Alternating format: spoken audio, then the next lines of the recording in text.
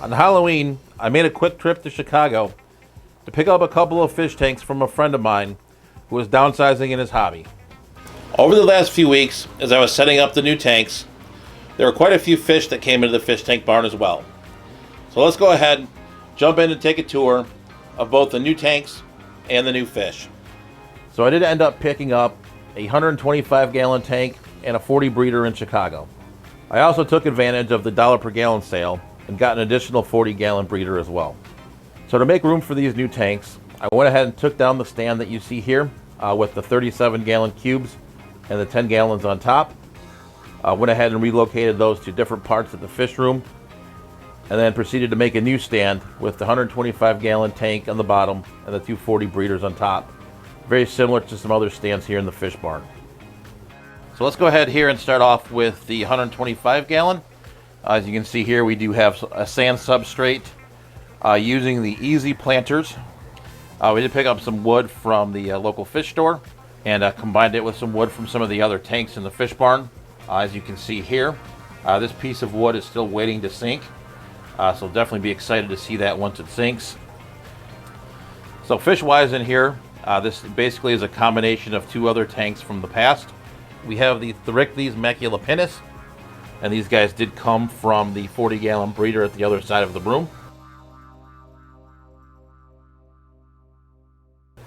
So we've got 4 of these guys in here, and I really do like the colors on these. They're really a nice red sheen, really beautiful fish.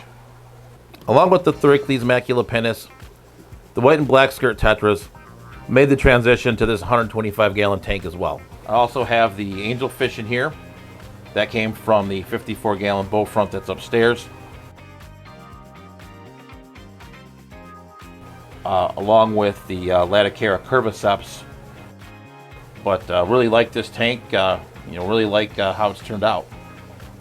So definitely do want to add to this tank as well, maybe like a school of Corydoras catfish. Maybe getting some more earth eaters, getting some more geophagus, maybe like a redhead tapaho, jurapari or something like that. And then maybe adding some plecos or 2 in here. So definitely want to add some more schooling fish to go along with the tetras we have in here already. This tank is far from being completed. Let me know in the comments if you have any fish suggestions on what you might want to add to this tank. So heading up to the next 40 breeder here. We did aquascape this with some dragonstone, which also just came from some other tanks in the fish room. We do have the Pogostem stellatus octopus, as well as the Vallisneria.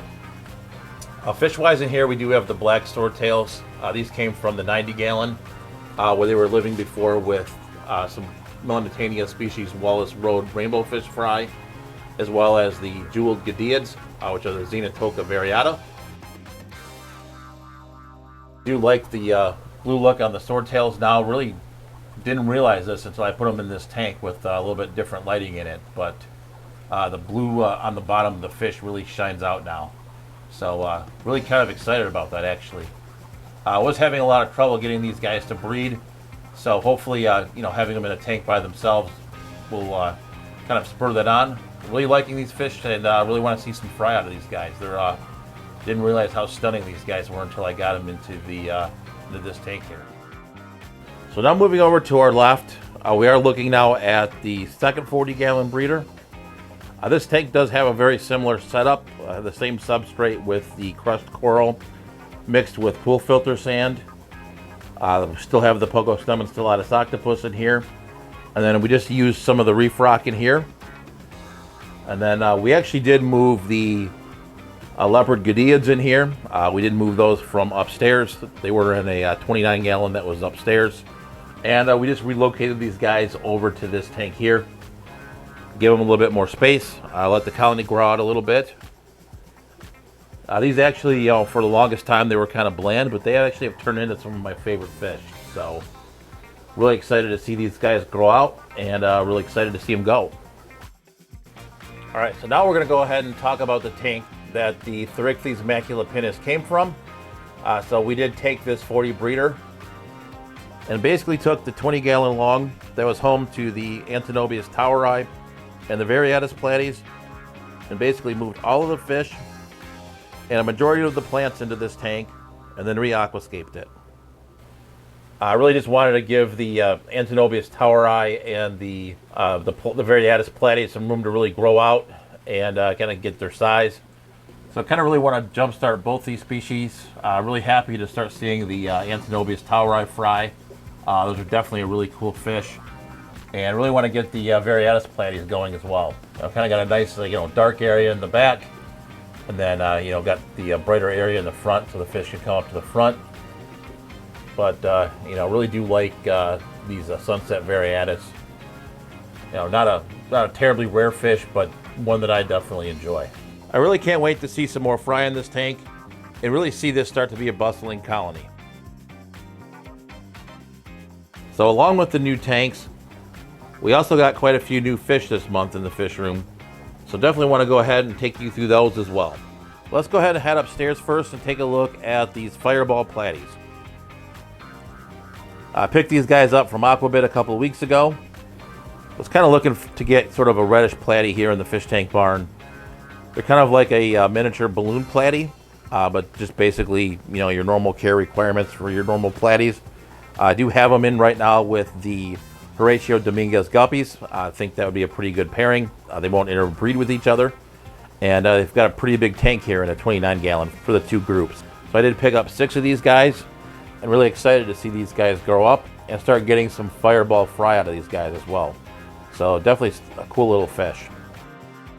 We're going to go ahead here and move over to this 20-gallon tank. This was an empty tank that I had here in the fish room.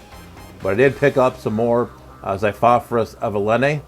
These are a wild-type platy, also known as the Pueblo or Puebla platy. These do come from Mexico. They come from the Atlantic slope of the Rio Tecolutla Basin, which is in the state of Puebla, Mexico. Basic care requirements for these guys are just like your other platies. Keep them in, 72 to 80 degree water. Just, keep them in like your 10-gallon tank or more. Definitely really looking forward to getting some more wild-type platies to kind of go with the wild-type Swordtails we already have here in the barn. Really just looking forward to getting these guys going and getting them spawning and, getting them out to some of my other fish-keeping friends. Well, continuing on here with the platy show, we do have a wild-type Variatus as well. This is the Xiphophorous Variatus Huextetitila. So definitely really excited to see these guys grow out as well. I have some pretty nice-looking yellow fins once they grow out. Have some speckling on them as well. And definitely get a little bit of red as well around the face. So definitely excited to see these guys grow up as well. This is a species I haven't kept before. So these guys are small little juveniles right now. But a few months here, definitely looking forward to seeing them grow out. Moving right along here, we are going to look at these Campoma Blue Star Endlers. So on my way home from getting the fish tanks, I did make a stop off in Grand Rapids, Michigan, and dropped off some fish for a friend of mine, and we also did a little bit of a trade. So he did send me home with these Campoma Blue Star Endlers. You can never have enough Endlers in your fish room, so I'm definitely happy to get this trio and get this group going. I did end up putting this group in the 20-gallon long that was previously occupied by the Antinobius toweri and the Variatus Platies. Even though I did take most of the plants out of this tank, I did leave the Crypt Wendeti red and some of the hornwort in here to provide some cover for the fry. Definitely pretty excited to get these fish breeding and get them along to some of my fish keeping friends. So we're gonna go ahead and save the biggest fish here for last. So while I was in Grand Rapids, I did pick up this Frontosa. He is doing quite well in this tank right now. I don't know if I'll keep him in here permanently with the Tropheus, but they do seem to be doing pretty well right now. Tropheus don't seem to be bothering him that much, and he doesn't bother them. So I think so far so good. But this is definitely a fish with a story. So my buddy in Grand Rapids had this fish shipped to him. So basically there was some sort of snafu with the shipment, and basically he came in with very little water in his bag. So my buddy actually, nursed him back to health from that. But unfortunately, as he grew bigger and stronger, he didn't really get along with any of the other Frontosas that he had. So, he was kind of living by himself. So my buddy decided to rehome him to me.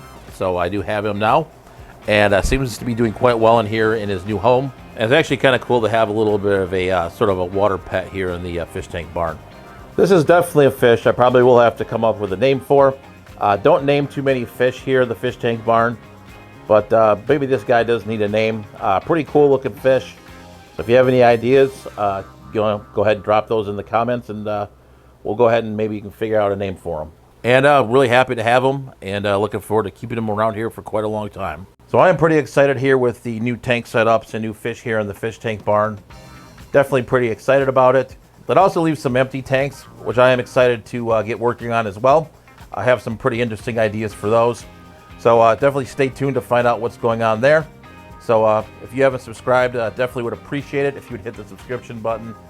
Ding the notification bell. Definitely would help the channel out here quite a bit. And with that being said, stay safe out there. Stay fishy. I'll catch you guys on the next video.